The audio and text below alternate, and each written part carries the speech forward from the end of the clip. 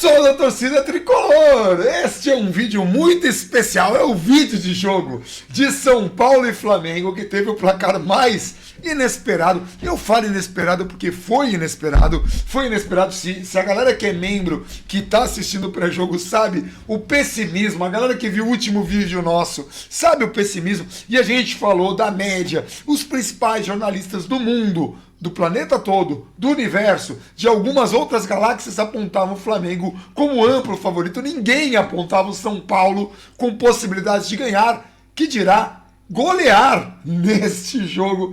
Neste vídeo estamos muito contentes, mas antes de falar de qualquer coisa, olha, o Flamengo vinha com uma invencibilidade de 1.470 jogos, na verdade eram 12. Né? Tem um elenco que é muito mais vultuoso que o do São Paulo, fez um investimento muito maior. Acho que a tela do Gabriel também embaçada, talvez seja tarde para corrigir isso. E aí, eu vou falar uma coisa sobre como que a galera vê isso. E o Gabriel, enquanto isso, o Gabriel passa pano no melhor sentido possível para a tela ficar mais bonitinha. Tá aí a desonestidade. Cara, a desonestidade, eu tenho que falar disso. O Flamengo começou a partida com um gol que nasceu de um chutão do goleiro, o bom goleiro Hugo, que é um moleque lá que é muito talentoso. Ainda teve um desvio ali no meio do campo, sobrou e saiu o gol. E aí um monte de gente falou, olha o São Paulo tomando o gol de chutão de goleiro. E eu coloquei na hora, eu falei, pô, o Volpi, ele colocou na minha cabeça 5 atacantes de São Paulo, acho que 2 vezes o Pato e 3 vezes o Pablo, mas eu posso estar confundindo. 3 vezes o Pato. 3 vezes o Pato, uma vez o Toró, a outra eu acho que foi o Pablo. Não, a outra foi o Daniel Alves contra o Palmeiras. Mas então foram 5 vezes. Deve ter tido alguma vez com o Pablo, sim. Então pode ter sido umas 6 vezes. Mas pelo menos 5 vezes que a gente consegue lembrar de cabeça sem esforço, o Volpi deixou atacantes do São Paulo contra times melhores, piores e outros técnicos na cara do gol. Isso acontece, isso é futebol. Mas quando é contra o Diniz, que é um técnico mediano, faz um trabalho mediano, tem às vezes consegue se destacar ali, às vezes erra muito a colar, e é isso que a gente está falando aqui o tempo todo. Isso acontece. Poderia acontecer contra um técnico muito bom, como é o caso do técnico do Flamengo. Por quê? Porque o gol do São Paulo nasceu de um chutão do Volpi. E esse direto, não teve desvio, não teve nada, foi chutão, direto. Né?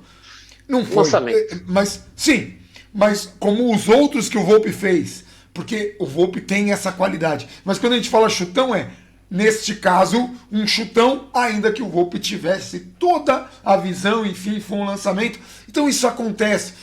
Então, por que esse vídeo é tão legal? Porque, primeiro, o Gabriel tá sorrindo. É muito raro, é muito legal. Eu não sabia que eu ia conseguir conversar com o Gabriel até quarta-feira. Isso é muito útil, porque eu marquei meu casamento com a Vives. O Gabriel é uma das testemunhas. E a gente avisar ele hoje era muito importante que o Gabriel estivesse sorridente neste evento.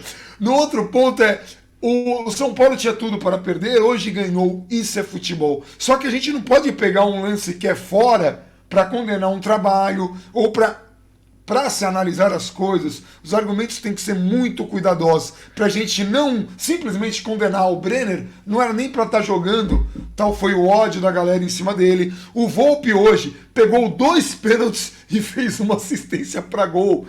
Cara, num jogo grande, num jogo contra o melhor elenco do país, num jogo que era necessário o São Paulo ganhar, era jogo grande. Ele pegou 2 pênaltis e deu um lançamento pro gol. Não, ele não é um goleiro perneta, um goleiro mão de alface, o Horácio do Maurício de Souza, que eu adoro, o Horácio. E também adoro o Volpi, mas o Volpi não é o Horácio. Não quer dizer que o Volpi seja o melhor goleiro do país. Não, é um goleiro de alto nível. Hoje mostrou isso. E agora sim, depois dessa longa introdução, que eu tô muito feliz, eu passo a palavra para Gabriel Perecini, sorridente, feliz e analisar o jogo. Primeiro falar que o Volpi não é de fato Horácio, porque o Horácio é verde, então ele jamais será o Horácio em nenhuma circunstância. Então esse é o primeiro ponto. O segundo ponto, assim, vamos falar rapidamente do jogo, depois a gente pontua os aspectos gerais, né? Hoje muitos mitos caem, né? Mais alguns. Ao longo dos anos muitos vão cair, ao longo do ano muitos vão caindo. Hoje caiu mais um. O principal deles é que o São Paulo não se adapta a um adversário. Hoje foi o ponto mais claro disso. a gente tem que entender a diferença entre um time que tem um estilo específico de jogo. Você não vai ver o Guardiola, não, pô, esse time joga de tal jeito, então eu vou colocar os 11 atrás da linha da bola e vou viver de lançamento igual o Leicester ganhou o Campeonato Brasileiro. Não vai. O time do Guardiola, e eu não estou fazendo nenhuma comparação, tá? Isso é um exemplo. O time do Guardiola... Você falou que o Leicester ganhou o Campeonato Brasileiro, só... Ah, tá, não. Igual o Leicester ganhou o Campeonato Inglês, exatamente. Ah, tá. Só queria fazer essa correção. Acho importante, inclusive. Mas ele vai ter um estilo base, e aí dentro desse estilo base, você vai se adaptando. Um jogo você vai marcar pressão, no outro jogo você vai ser um pouco mais direto, no outro jogo você vai jogar pelo lado, no outro jogo... Enfim, algumas pequenas mudanças. Então o São Paulo nunca vai deixar de ter o passe atrás. São Paulo não vai viver de chutão. São Paulo não vai acontecer. É o São Paulo do Diniz, óbvio, ou os times do Diniz. É o estilo do treinador. Assim como a gente não vai ver essa saída de bola com o Aguirre ou com um outro treinador que tem um estilo diferente. Então, assim, essa é a base do time. Agora, o que o São Paulo fez contra o Flamengo? O São Paulo marcou individualmente o Flamengo nos primeiros minutos de jogo, inclusive quando tomou um gol. Havia uma marcação individual, inclusive com 4 jogadores na frente. O Brenner e o Luciano com os zagueiros, o Gabriel Sara e o Igor Gomes com os laterais, Luan e Daniel Alves avançaram nos volantes, e o São Paulo dá essa pressão no Flamengo para dificultar a saída de bola do Flamengo, para forçar o Flamengo a dar um chutão. E de um chutão saiu o gol do Flamengo. A ideia do São Paulo era que o Flamengo desse um chutão. Tudo que o São Paulo queria era que o Flamengo desse um chutão. Só que aí no chutão, primeiro o Diego falha, porque ele não sobe para disputar a bola com eu não vi se era o Bruno Henrique ou o Vitinho, mas ele não sobe, eu acho que era o Vitinho. Ele não sobe para disputar a bola e aí ele vai atrasado. Cara, se você é zagueiro e tá atrasado, não sobe.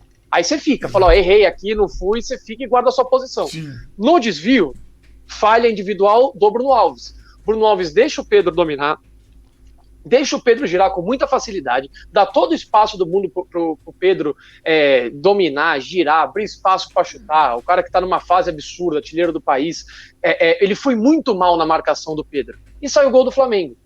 Os dois, depois, se recuperaram muito. E a atuação individual e coletiva do time foi excelente. Só que nesse lance específico, o São Paulo toma um gol assim. Aí o São Paulo consegue construir o lance de empate, saindo desde trás. O São Paulo sai tocando desde trás, a bola chega no Igor Gomes, se eu não estou enganado. Gabriel Sara, que fez uma partida, mais uma vez, excelente, sai lá da direita, corta o lance inteiro para se desmarcar e receber a bola na esquerda, deixa o corredor aberto para o Tietê. Ele chega na linha de fundo, cruza, o Tietê aparece sozinho do outro lado e tem uma finalização excelente. Então é gol trabalhado. Então a jogada trabalhada. E o Tietê finalizando. Mas antes só de você falar, o Bruno Alves e o Diego Costa são um lixo. Deixaram? Não. Isso acontece. Aliás, inclusive, o tal artilheiro de 40 anos fez gol contra o Boca. Que foram lembrar isso, né? Da galera que tava criticando. De mão, se eu não estou enganado, hein? Acho que o gol dele foi de mão ainda. Acho que foi de mão que ele fez o gol ainda. Pois é, mas tem 40 anos e fez o gol. Teve isso. Mas segue a análise. Não, e aí pra virada do São Paulo, o pênalti a gente fala a parte depois, a parte da arbitragem a gente deixa pro fim do vídeo, igual a gente tem feito. Todos os pênaltis, todos são discutíveis ali. Não, todos? Todos a gente pode colocar no final, na discussão. Sim, exato. A arbitragem a gente faz o que a gente tem feito, deixa pro final, mas no segundo gol, é outra adaptação do São Paulo. A primeira foi essa marcação específica do jogo contra o Flamengo. Depois, no primeiro tempo, principalmente nos primeiros 30 minutos, o São Paulo joga muito menos com o Volpi, muito menos, a bola volta menos pro Volpi, porque quando volta pro Volpi, você chama a marcação de um time que faz essa marcação lá em cima muito bem feita. E o São Paulo não tem o escape do chutão, não tem um velocista e não tem um pivô. Então o São Paulo joga menos com o Volpi, consegue trabalhar entre eles, e o segundo gol, o gol da virada, sai numa bola longa, que em outros jogos ela é menos explorada. Contra o Lanús ela praticamente não foi explorada. Na bola longa, o Gabriel Sara fica de referência, de novo saindo da esquerda para dentro, o Brenner e o Luciano disputam a segunda bola e ganham, e o São Paulo consegue ficar com a bola no campo de ataque, faz a jogada na ultrapassagem do Reinaldo, cruzamento, o Gustavo Henrique não tira, o Brenner continua perfeito de finalização. Aliás, só um parêntese, porque a atuação do Brenner hoje, ela exemplifica exatamente o que eu quis dizer no vídeo de quarta-feira. Hoje o Brenner fez só um gol. Só. Um gol. No quarta-feira ele fez 2 e meteu uma bola na trave de fora da área. Ele jogou melhor hoje, infinitamente melhor hoje, do que quarta-feira. óbvio. Coletivamente. Sim, porque ele, quando recuava para vir para o jogo, ou quando recebia a bola na frente, ele dava continuidade no lance, ele incomodava, ele sofria uma falta. Contra o Lanús isso não aconteceu. Ele voltava, a jogada morria. E isso aconteceu com todo mundo, não foi só com ele. Mas foi esse tipo de lance que a gente quis falar na quarta-feira. Então o primeiro tempo do São Paulo é excelente. Ele é muito bom. E principalmente ali, isso de uma maneira geral, inclusive no segundo tempo, o duelo que ficou evidente para todo mundo, de Daniel Alves e Gerson. A partida do Daniel Alves hoje é isso que se espera dele. Grande jogo do Daniel Alves. Que partida do Daniel Alves. Com a bola e sem. Exato. Cara, hoje o Daniel Alves foi o Daniel Alves. O Daniel Alves. Hoje ele estava jogando como um 10 do São Paulo e colocou o Gerson assim. O Gerson ficou completamente... O Gerson foi anulado, e na função que ele rende mais. O Domenech do Flamengo. Eu ia falar que ele colocou no bolso, mas eu sou educado, entendeu? A atuação do Daniel Alves colocou o Gerson no bolso, mas eu não gosto de fazer esse tipo de coisa, que também acontece, tá? Mas é que a partida do Daniel Alves foi de muito destaque e a do Gerson não foi. Mas, me permitindo um pouco ao clubismo, Daniel Alves colocou hoje o Gerson no bolso. Pronto. Sim, mas assim, acontece. Sim, acontece. Sim, exato. Mas assim, nos duelos individuais com eles, o Daniel Paz distribui o jogo, errando muito menos passe, dando muito mais sequência no jogo, clareando jogadas. É isso que se espera dele. Hoje, Fata, obviamente, foi a melhor partida dele desde que ele voltou de contusão. Até porque as partidas vinham muito ruins dele.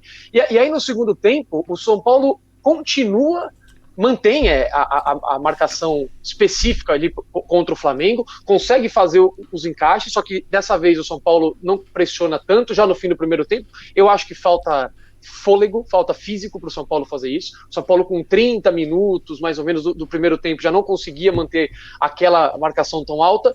No segundo tempo, ainda mais ganhando o jogo, o São Paulo recuava, fechava muito bem os espaços, e aí que entra a boa partida do Daniel, do Luan e da dupla de zaga que se recuperou muito. Tietê, que ficou com o Bruno Henrique, muito bem. O Reinaldo, do outro lado, muito bem. Então, assim, individualmente e coletivamente... O Reinaldo que vinha vindo de, 3 partidas que a gente elogiou, uma partida ruim, e a quarta partida que ele se destaca positivamente. Que é muito bom pontuar essas coisas, pra galera não entender assim, vocês mudaram. Não é que a gente mudou. A gente vai elogiar o que acontece. E o que aconteceu é que o Reinaldo jogou bem. Continua. Sim, jogou bem, assim, quando era batido por qualquer razão, tinha cobertura. Então isso também é muito importante. Às vezes caíam 2 pelo setor dele, ele não ficava 2 contra 1, estava acompanhado. Isso, obviamente, vai impulsionar a atuação individual do jogador. E o Gabriel Sara continuava muito bem pelas pontas, o lado esquerdo do Flamengo era mais forte, o Flamengo tentava mais pelo lado esquerdo ali com Felipe Luiz e Bruno Henrique, e o São Paulo conseguiu neutralizar isso e sair no contra-ataque. O São Paulo conseguia criar em contra-ataque, com Brenner, com Luciano, com escapada do Igor Gomes, com escapada do Gabriel Sara. O São Paulo foi chegando, num desses lances, o contra-ataque que vira o escanteio, a gente já fala do escanteio também lá no fim do vídeo, tudo no fim do vídeo, bate o escanteio, pênalti e o terceiro gol. Que aí, o terceiro gol, até na transmissão chamaram a atenção para isso, pelo menos passou na Globo e no Premiere, né? Eu vi no Premiere o jogo.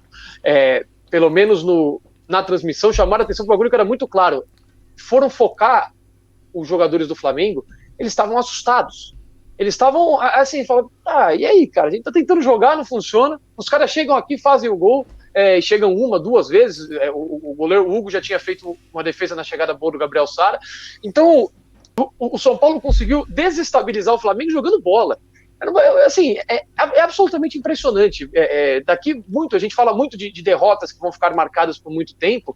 Quando forem contar a história desse Flamengo, daqui não sei quanto tempo, que ganhou tudo, ganhou Libertadores e Brasileiro, o primeiro time a fazer isso, tudo mais, essas coisas, vai ficar marcado que esse São Paulo ganhou de 4-1 do Flamengo no Maracanã, de virada. E aí, um pouco depois do terceiro gol, vem o pênalti do Flamengo, o Volpi mantém o São Paulo vivíssimo no jogo, mais do que vivo, mantém o moral do São Paulo e mantém o desânimo do Flamengo, amplia o desânimo do Flamengo. Sai o 3-2 ali logo depois do terceiro gol, já voltava aquela martelação, o Flamengo no ânimo novo, vamos pra cima, dá pra buscar e tudo mais, até porque era muito cedo. Né? Sim, e aí a gente tem que falar uma coisa. O Volpi pegou 2 pênaltis. Ele tem uma média enorme de pegar pênaltis e ainda não virou apelido pra ele. Tem muita coisa que virou apelido pra ele, né? Braço curto e tal. Só nesse ano foram. Agora eu vou ter que fazer as contas, mas tinham sido 4 pênaltis com 2 defesas, né? Mas agora 5 pênaltis, 3 defesas, uma na trave, uma para fora no Campeonato Brasileiro e os 10 pênaltis do Fortaleza na Copa do Brasil. Então, eu não lembro assim, no Campeonato Paulista o desempenho, porque o Campeonato Paulista é difícil lembrar. mas é uma média enorme para 2020 para um goleiro. E o Volpi pegou 2 pênaltis e deu assistência pro gol. Então, assim, é um jogo enorme do Thiago Volpi. Só que, assim, aqui a gente não vai pegar esse jogo e falar, olha, o Volpi é o melhor goleiro da face da terra. É melhor que o Proudhome, que o Zenga, eu tô pegando goleiros que eu gostava muito da minha época. Proudhome e Zenga eram os goleiros que eu mais gostava e que eu mais observava. Zete, Proudhome e Zenga eram os goleiros mais, né, incríveis da face. Aí vem Yashin, aí tem um monte de goleiros que eu acompanhei, né? Gostava muito. Gosto muito do Buffon.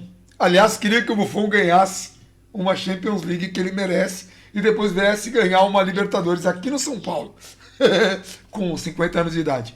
Mas assim, a gente não vai pegar um jogo e falar, olha, agora o Volpi pegou 2 pênaltis, deu uma assistência pro gol, é o melhor goleiro do Brasileirão. Não é isso. Mas é um goleiro de alto nível que falhou em alguns jogos e quando falha, alguns goleiros grandes falham, como o Cássio vem falhando, como outros goleiros vem falhando. E não é isso, não é pegar um jogo bom e exaltar como um grande gênio, mas também não é pegar um jogo ruim e colocar ele como Sidão Mexicano, Denis ou qualquer outra coisa. E a gente precisa aprender a fazer essa leitura e o nosso compromisso aqui no canal é falar com esse público. É tentar explicar isso. E eu tô pegando esse momento que a gente está super feliz para falar isso. É importante a gente entender. Porque, olha, a gente pegou o Diniz gritando no meio da semana, na derrota pro Lanús, e teve vários jornalistas.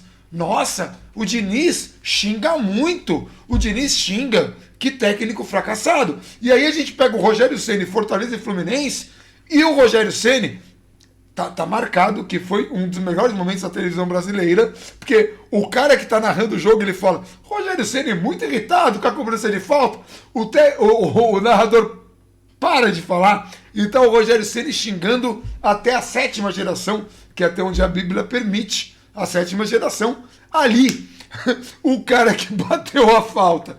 Ou seja, o Rogério, segundo o Gabriel, que assistiu a partida inteira, aquilo foi um momento mais doce e singelo, romântico e carinhoso de Rogério. Rogério xingou o jogo inteiro. Por quê? Porque na hora do jogo o técnico não está passando o esquema tático. Na hora do jogo o técnico está xingando. Ele passa o esquema tático no treino, ele passa o esquema tático um pouquinho antes do jogo, no intervalo. Na hora da partida, queridão, o técnico tá jogando. Então o que eu tô dizendo é o seguinte, Diniz erra, troca errado, tem problemas no setor defensivo, mas ele não erra porque ele xinga, ele não erra porque o São Paulo perde. A gente precisa entender onde que tá o erro. É um técnico mediano que hoje conseguiu um excelente resultado pelo São Paulo.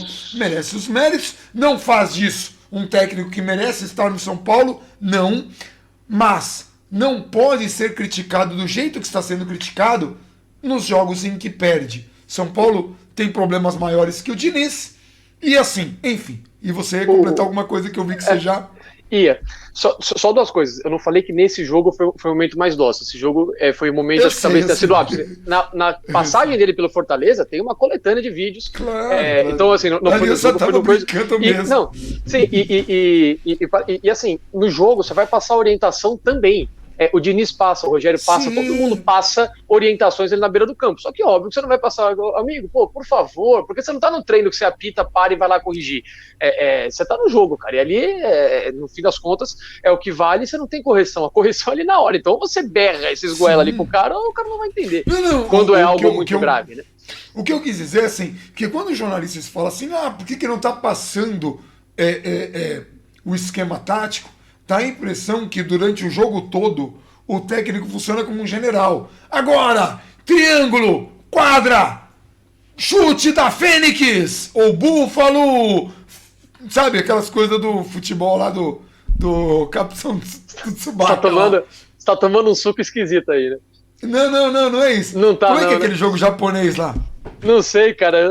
O jogo que você tá vendo aí tá esquisitíssimo. Eu tô falando aquele desenho animado japonês do cara que jogou no São Paulo. Tsubasa.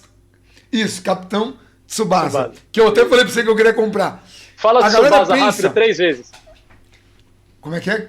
Fala de Tsubasa rápido 3 vezes.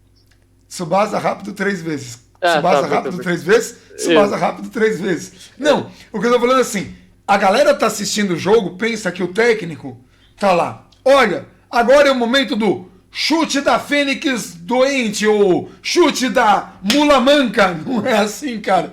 Normalmente o técnico tá, ô seu desgraçado, por que você não tá no ponto X? É isso que eu quis dizer. Só isso.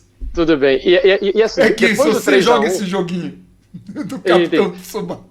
Voltando a falar sério, acho que nos últimos 5 minutos a gente não falou nada do vídeo.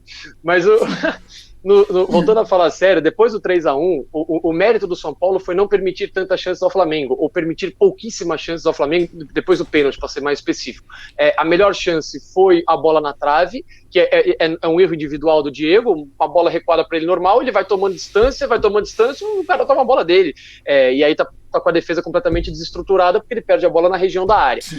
Mas tirando aquele lance, o São Paulo consegue se defender bem. Repito, a atuação do Diego, principalmente em jogo aéreo, do Bruno Alves e do Luan foram muito positivas, e do Tietê também para marcar pelo lado do campo, e o Reinaldo, auxiliado pelo Igor Gomes, que foi bem auxiliando o Reinaldo, e quando isso começou a piorar, quando começou a deixar o Reinaldo muito sozinho, o Flamengo passou a criar mais pela direita, o Diniz vai e mexe e coloca o Vitor Bueno, que tem defeitos de recomposição, só que naquele jogo ele já entrou condicionado para fazer aquilo. Fala, você vai pro ataque se der, quando alguém puxar o contra-ataque, você aparece lá. E aí o Vitor Bueno entrou muito bem, fechando espaço por ali, então, que era o Isla, né? Que foi muito curioso isso. O Vitor Bueno entrou para ajudar o São Paulo muito mais defensivamente do que ofensivamente. Do que a galera espera, né? O Vitor Bueno entrou. E eu gosto muito do Vitor Bueno, eu acho que ele caiu muito de produção nos últimos jogos, mas hoje realmente o cara entrou ali afinado, né? E aí depois o quarto gol, ele é importante porque assim, óbvio que o São Paulo numa bola aérea, num chute de fora, num erro, um terceiro pênalti, qualquer coisa assim, podia tomar o 3-2 e fica aquele desespero, o Flamengo vem com tudo pra cima, o São Paulo tenta se fechar, não é algo que faz tão bem, mas geralmente depois do pênalti, o Flamengo continuava com chance de empatar o jogo, por exemplo. O São Paulo não estava com o jogo ganho com 3-1. É diferente você fazer 3-1 em um outro time que às vezes abre mão do campeonato. Você fazer um 3-1 no Oeste, por exemplo, que é o lanterna da segunda divisão, tá tomando pau de todo mundo. É diferente. O quarto gol, do caso do São Paulo, ele vem mais pela goleada do que para matar o jogo. Porque o São Paulo estava muito seguro no jogo. E isso era importante. Eu repito a atuação de Brenner e Luciano, que puxavam contra-ataques, conseguiam sofrer uma falta, tira o time de trás, fechavam o espaço. O Brenner teve um lance de cruzamento que ele era o homem mais avançado de escanteio, ele era o homem mais avançado na intermediária defensiva do São Paulo. Ele pega a bola inteligentemente, joga a bola quase que para o escanteio lá, e faz o Flamengo ter que correr atrás da bola, o São Paulo se reestrutura para voltar a incomodar o Flamengo. Porque não tinha o que fazer ali, ele joga a bola para o São Paulo se organizar de novo. Então foi um jogo muito maduro, né?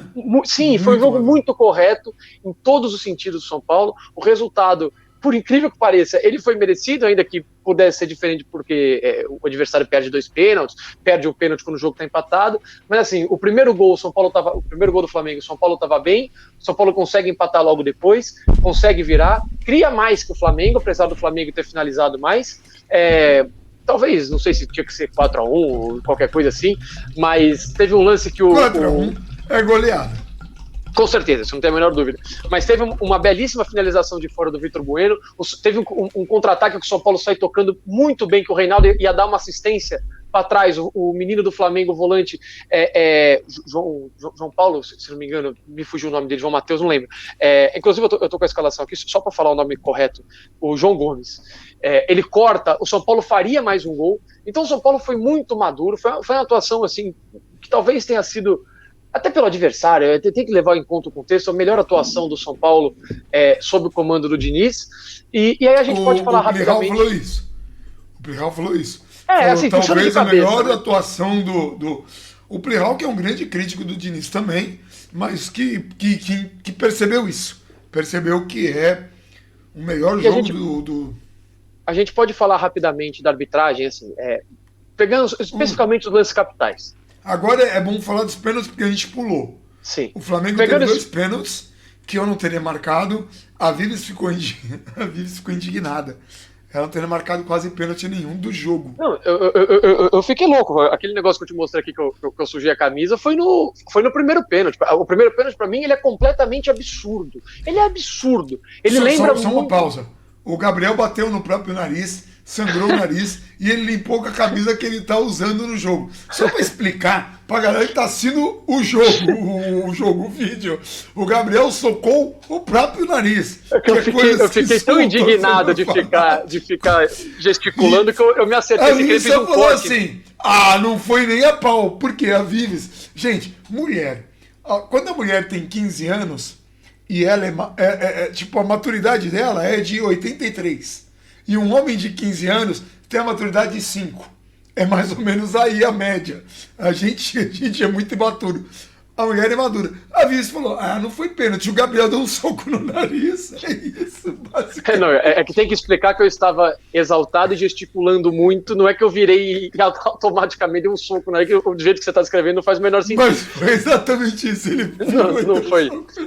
Mas porque o primeiro pênalti é o seguinte, é o pênalti de frame, é o pênalti que tem no Brasil. Ele é o pênalti made in Brasil.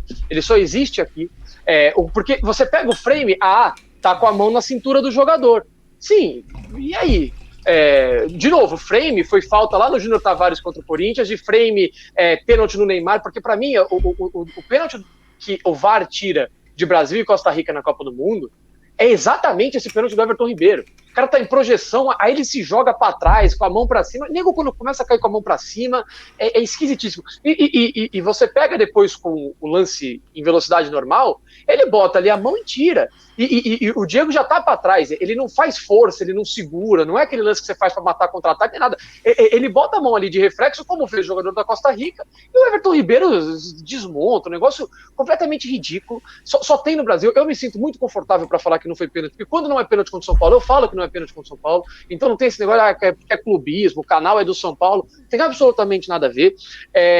O pênalti pro São Paulo, volta, ainda no primeiro tempo, o Isla deveria ter sido expulso, pelos critérios de cartão adotados pelo próprio árbitro, a quantidade de faltas que ele não deu, só no Brenner foram 2, absurdas, assim, como é que você não dá uma falta dessa? E aí pro jogador do Flamengo, ele dá uma falta de tranco ali no Pedro, que o Pedro saiu com bola e tudo pra lateral, ele dá falta. Assim, uma arbitragem terrível. No primeiro tempo ela foi tendenciosa, não expulsou o Isla, dá o pênalti pro Flamengo, não dá as faltas no Brenner, especialmente no campo de ataque. Tem um contra-ataque que termina num quase gol do Flamengo, que é uma falta claríssima no Igor Gomes, mas é claríssima a falta, o jogador não disputa a bola, pega a mão, empurra com toda a força do corpo, com uma mão só, o Igor Gomes pelas costas, um negócio gritante enquanto o Igor Gomes conduzia a bola.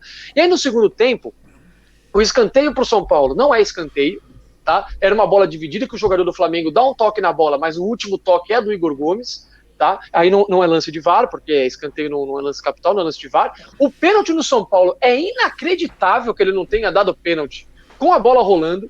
Cacete, o cara deu um chute na panturrilha do Daniel, do Bruno Alves. Sim, mas é inacreditável que ele tava na frente do lance. E o pior, ele bota o apito na boca e não dá o pênalti.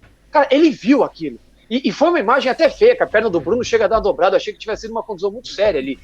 Assim, não dá um pênalti daquele com a bola rolando. Eu acho que não dá nada porque a perna dele estava no ar, né? Não, mas mesmo assim, dependendo da força que dá, foi uma baita de uma pancada.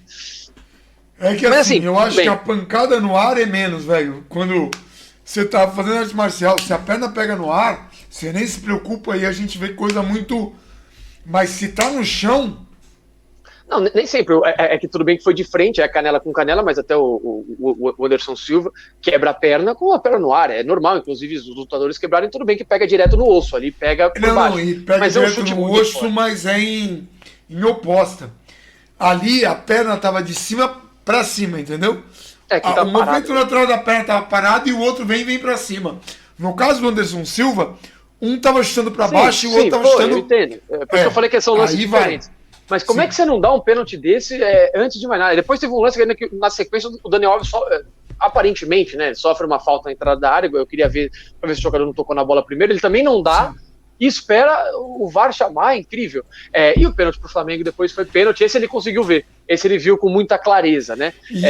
E não chamou VAR, nem teve VAR. Não teve, depois ele, obviamente tem a checagem, todo pênalti não, mas eu digo, só que o ele pênalti... marcou, nem esperou o VAR e o VAR pênalti só falou. O pênalti pro São Paulo, ele não dá cartão amarelo. Ele não dá cartão amarelo pro Gustavo Henrique. É impressionante ele não dar cartão amarelo pro cara desse. Depois o Gustavo Henrique faz uma falta no Brenner, toma um cartão amarelo justo que deveria ter sido expulso também. Então, assim, nível de arbitragem baixíssimo. Até na transmissão do Premier. O Daniel Alves toma o cartão amarelo pelo pênalti? Ele toma o cartão porque amarelo.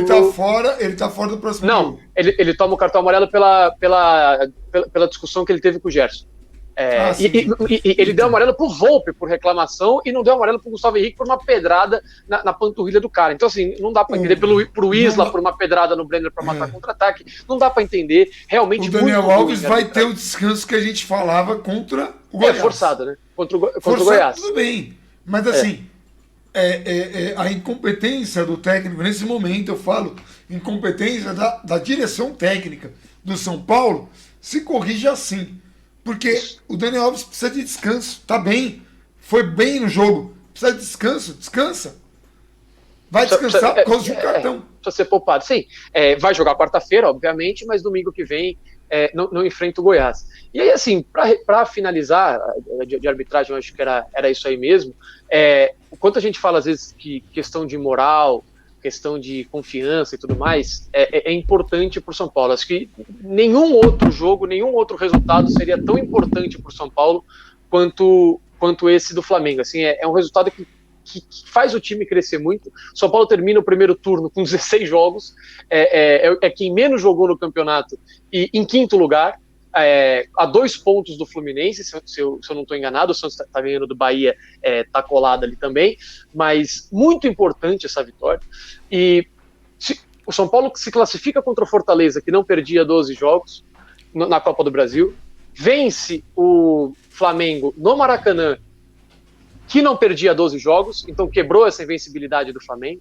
O Flamengo que não ganha do São Paulo no Maracanã desde 2015, e aí a gente entra de novo nos números que não são falados, né? Porque contra o Grêmio, o São Paulo não ganha do Grêmio desde não sei quando, que eu acho que era 2015 também. E agora o Flamengo não ganha do São Paulo. O Flamengo não ganha do São Paulo desde 2017 e no Maracanã desde 2015. Então, assim, é incrível que o São Paulo, ano passado, na estreia do Diniz, não tomou gol do Jorge Jesus, do time do Jorge Jesus no Maracanã, e agora consegue esse resultado bastante expressivo. Para o jogo de quarta-feira, enquanto o Lanús perdeu do Boca Juniors ontem à noite, e o São Paulo vem goleado, é algo que, para dar confiança para o São Paulo conseguir seguir na competição. É um jogo fundamental na quarta-feira, vai ter o Goiás no fim de semana, e depois já tem a Copa do Brasil logo na quarta-feira seguinte. Então é importante que o São Paulo conseguir a classificação contra o Lanús, sabe-se lá em que circunstâncias, mas conseguir a classificação e fizer aspas, lição de casa contra o Goiás, que é a lanterna do campeonato no Morumbi, o São Paulo pelo menos chega com bastante moral e bastante confiança para o jogo da Copa do Brasil, que a gente ainda não conhece o adversário, vai conhecer só no meio de semana.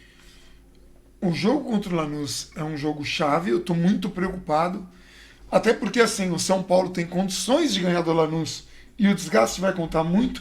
Você falou dessa coisa de estatística e eu estou procurando aqui do Jogos SBFC sobre jogos no dia 1º de novembro, teve isso. Teve. Eu estou procurando aqui. Essa é a estatúpida, né? Como assim? Explica. É estatúpida, né? Porque ela não serve para absolutamente nada. Ela é uma mera curiosidade aleatória. Caraca, ele falou isso, cara. Eu acho que São Paulo tem uma parada que é de 75. Eu retuitei porque 75 foi no que eu nasci. Eu acho que o São Paulo não jogava no dia 1º de novembro desde 94, não pontuava desde 75 e não ganhava desde 58. 58? Eu tô procurando aqui, cara. Não, mas era 58 ou 54. Eu lembro de ter visto esse tweet do Ale antes do jogo. Deixa eu... Peraí. Pena, caramba, aqui. Não sei o quê. Mas, cara, é uma curiosidade, não tem nada a ver. Isso aqui, 58, já achei, 58. É isso. É 58? Então, 58. Repete aí a estatística. Não jogava em 1º de novembro desde 94, não pontuava desde 75 e não ganhava desde 58. num dia 1º de novembro. Algum seguidor meu colocou assim, né? Tipo, porque dia 1º é dia de Todos os Santos e não de São Paulo. Todo mundo. Sabe aquele.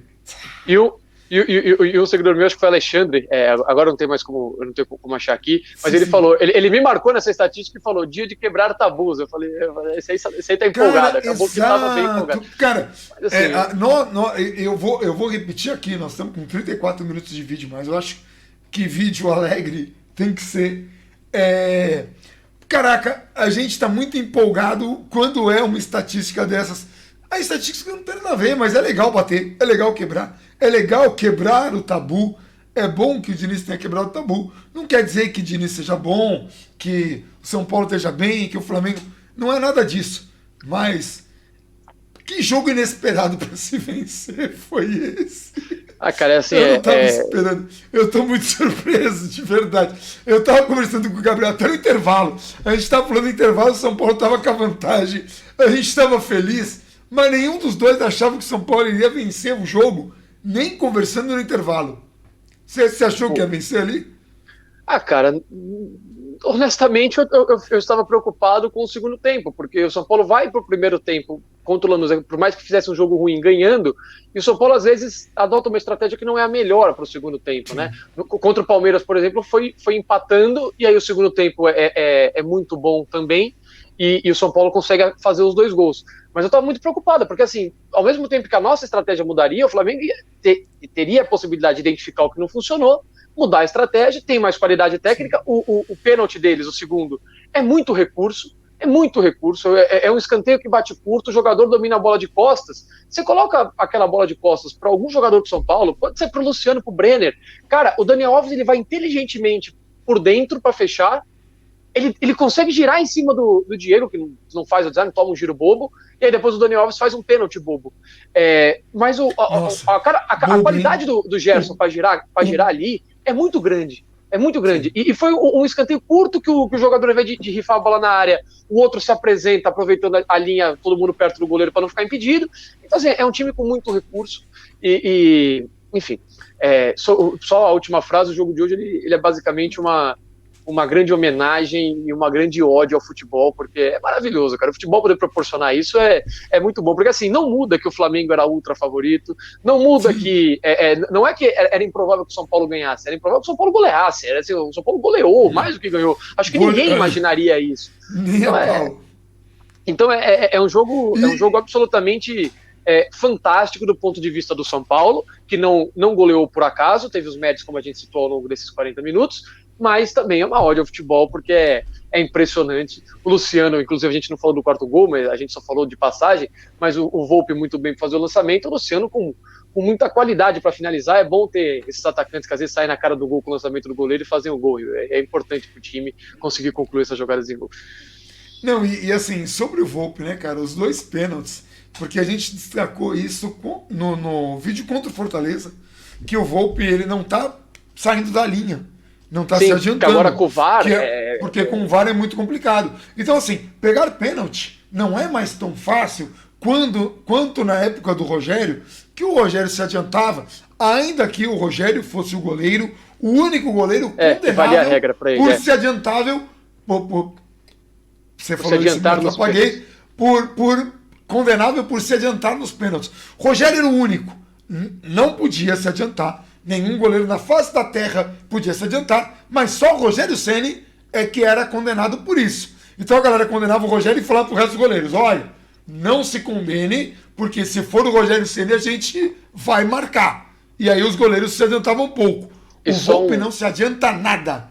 E os 2 pênaltis ele pulou, ele acertou o canto, pegou, fez o lançamento do gol, não o torna um gênio por causa disso, mas é importante destacar que é um grande goleiro e fez hoje uma partida segura, ganhando um jogo grande no qual ele foi um dos destaques.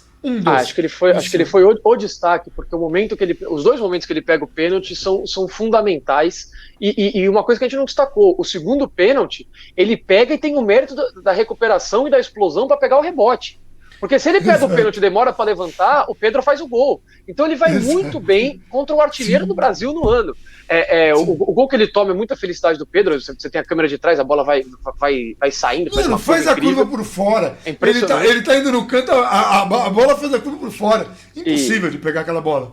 Então esse segundo pênalti tem o mérito do rebote. Nem o Zete também pegasse aquela bola. O Zete pega bolas impossíveis. Nem o Zete. Só para irritar as pessoas que não entendem que o Zete é o maior goleiro da face do universo. Mas continua. Isso, logo depois do Rogério. O Gabriel falou logo depois do Rogério. Com todo respeito. Mas, eu acho que nem o Rogério concorda com isso. Concorda. Isso na verdade, está mais baseado em fatos do que em opinião, mas tudo bem. Depois a gente pode fazer um vídeo e, quiçá, um podcast só em relação a esse tema. Mas muito mérito do Volpi na explosão para pegar o rebote também, e para manter o São Paulo no jogo, como a gente falou aqui. De resto, a gente já falou, acho que tudo que tinha para ser falado desse jogo. Quer dizer, a gente podia falar aqui 2 horas falando desse jogo, porque esse jogo tem muita coisa para ser falada e muita coisa que jogo, não tem como ser falada, mas é importante. Que jogo incrível, que jogo. Assim, era um vídeo, o vídeo tá um pouco mais longo que o normal, mas era um vídeo para ficar mais longo que o normal, porque como é bom poder celebrar uma vitória, que não é que São Paulo conseguiu. Eu vi a possibilidade de São Paulo ganhar. Conseguiu. Foi 4-1 o jogo. São Paulo conseguiu a vitória. Não, eu tô dizendo assim, eu vi a possibilidade de São Paulo ganhar, mas eu achava que se ganhasse, seria um jogo muito apertado, que você poderia questionar, olha, ganhou porque o lance do São Paulo deu, do Flamengo não deu. Não, São Paulo ganhou com autoridade. Mesmo qualquer canal do Flamengo. Hoje o Mauro César vai falar, o São Paulo ganhou com autoridade. Isso torna o Flamengo um lixo? Não. O Flamengo é possivelmente o campeão brasileiro deste ano. Muito possível. É o principal candidato. Só que hoje as coisas deram errado para o Flamengo, deram certo para o São Paulo, não torna o São Paulo o melhor time, não torna o Flamengo o pior time. É isso que a gente quer dizer, que a gente não pode jogar um jogador, um técnico, por um lance. Não dá. A gente precisa parar com isso. Precisa ter um pouco mais de calma. Eu acho que hoje o jornalista que tem mais parcimônia para falar isso, hoje é o PVC. Que está mais longe dessa coisa clubística. Que está mais na análise. Se o Volpi não pega o pênalti, provavelmente a atuação do Diego seria condenável ao invés do grande jogo que ele fez. Eu critiquei o Bruno Alves, a mesma coisa no primeiro gol, a mesma coisa, até porque o Diego não deu sossego pro Pedro quando o Pedro caiu pro lado dele, incomodou, empurrou, não deu espaço, não deixou ele girar, então assim, pra gente ver como as coisas funcionam às vezes, um detalhe, se o Volpi decide pular pro canto errado, era tudo diferente, a atuação era toda complicada, até porque os jogadores sabem que não foi pênalti, todo mundo reclamou muito daquela marcação mesmo com o VAR, enquanto ninguém reclamou do segundo pênalti, então o jogador sabe quando na maioria das vezes é pênalti ou não é, então é só para complementar isso que você disse e encerrar o vídeo, e assim, o Internacional e Flamengo já tem 19 pontos, já tem 19 jogos, né? O São Paulo tem 30, se ganhar 2 dos jogos atrasados, ultrapassa esses 2, ainda que eu repito que não é o campeonato do São Paulo, e o Atlético Mineiro, que jogou apenas 17 jogos, enfrenta o Palmeiras amanhã, também não é o campeonato do São Paulo em teoria, pelo menos por enquanto, mas é bom para você ver o quanto é acima da expectativa, tanto o jogo de hoje, quanto o campeonato do São Paulo até aqui. É por isso que eu destaco aí o PVC. Em algum momento a gente traz o PVC aqui no canal para um bate-papo, mas agora a gente só vai celebrar, encerrar o vídeo, que quase que a gente tomou um tempo aí. Se a gente não pudesse, a gente poderia tomar o tempo. Se a gente não pudesse, porque a gente não pode, tomar o nome. A gente não pode tomar o nome do programa do Milton Neves, Terceiro Tempo. A gente não pode fazer isso. Toma uma água. Mas daria. Isso, falando em tomar, aproveita e toma uma água. Velho, eu tomei um litro de água, mais isso, uma toma caneca 5 dessa. Isso, toma mais. Pelo jeito não resolveu. Hoje é só alegria. O São Paulo golear o Flamengo. Você estava esperando isso? Não estava. Com certeza. Eu falei 45 ali. Eu falei que o jogo poderia ser 18-0, inclusive, na live, no contexto, eu não lembro. Eu falei, São Paulo pode ganhar de 18-0, mas ninguém espera por isso. Mas pode ganhar de 18-0. Não, cara. Então é óbvio que não. É óbvio que ninguém esperava. Ninguém esperava, mas eu tô dizendo assim, poderia acontecer assim, São Paulo faz gols em lances inusitados, mas não, São Paulo criou para fazer esses lances. Olha, o jogo foi com autoridade contra e chegou mais vezes, isso que é importante. O Hugo fez mais defesas difíceis que o Volpi, fora os pênaltis. Aliás, excelente goleiro. Tomou 4-1, excelente goleiro. Agora eu vou esperar bater os 45. Tá em 44. Não, falta 15 segundos. Então, é isso. A gente vai se despedindo por aí. Um abração para todo mundo. A gente vai se despedindo por aqui. Um abração para todo mundo. Você falou isso só que em uma palavra só. Vamos, São Paulo. Exato. Rapidinho, vamos, São Paulo.